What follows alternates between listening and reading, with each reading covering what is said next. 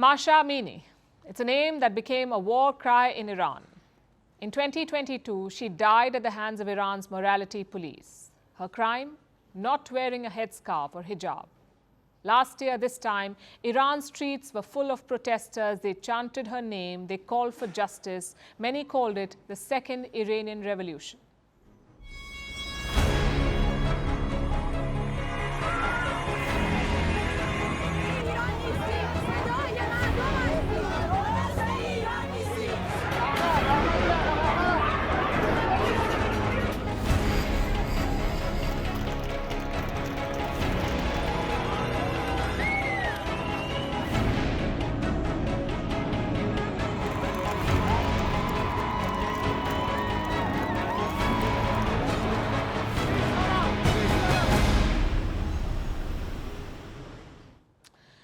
One year later, the streets of Iran are empty. The protesters have been silenced and Iran's hijab laws have claimed another victim.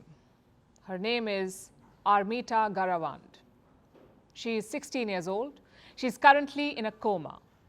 She was traveling in the Tehran metro. She was with her friends. That's when she was apprehended by female police officers.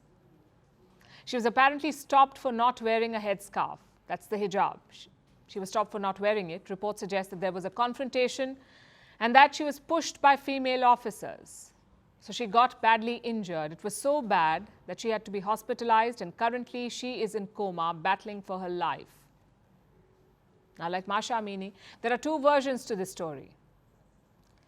One, other reports that are circulating online, they say that Garavand was attacked for not wearing a veil.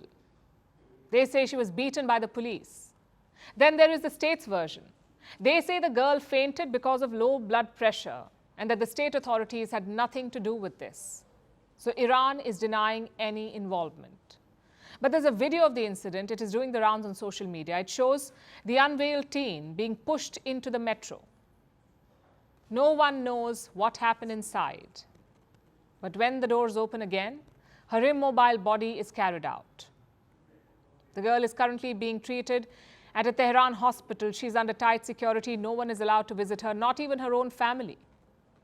But there's a picture of her with a bandaged head and neck. Her family was asked about this. They too called it a case of low blood pressure. Why then is this incident making so much news? It's because of the parallels it has with the Mahsa Amini case. Two young women, both unveiled, both encounter Iran's morality police. One ends up dead, the other is fighting for her life. Armita Garavand's family may not blame the state, but then again, what choice do they have? Look at what happened to Mahsa Amini's father. He was detained just weeks ago. Authorities warned him to not mark his daughter's first death anniversary.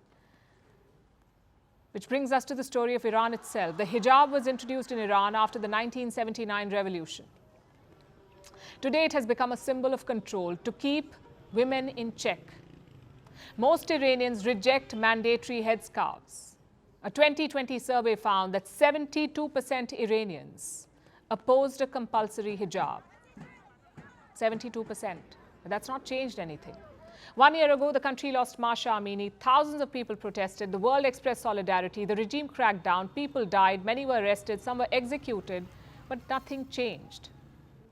Iran's morality police are still very much active. And if anything, the rules have become stricter. So last year, it was Mahsa Amini. Today, it's Armita Garavand. Tomorrow, it could be someone else. These are ordinary Iranian women. They become targets because a few strands of hair escaped their headscarf. And it's not like they were not following the draconian rules. It's just that on that day, they missed it. For years, Iranian women have been making concessions every day. They wear loose clothes. They step out with the permission of a guardian. They cover their heads. These are not women who are rebelling. These are women going on with their lives despite everything. But at the end of the day, their concessions do not matter. One misstep, and you could be rounded up. You could be arrested, or worse. The world may put their faces on billboards or name streets after them, but beyond that, they have very little to offer to the women of Iran. So 1 year after Mahsa Amini's death, Iranian women are on their own again, facing persecution for trying to live their lives.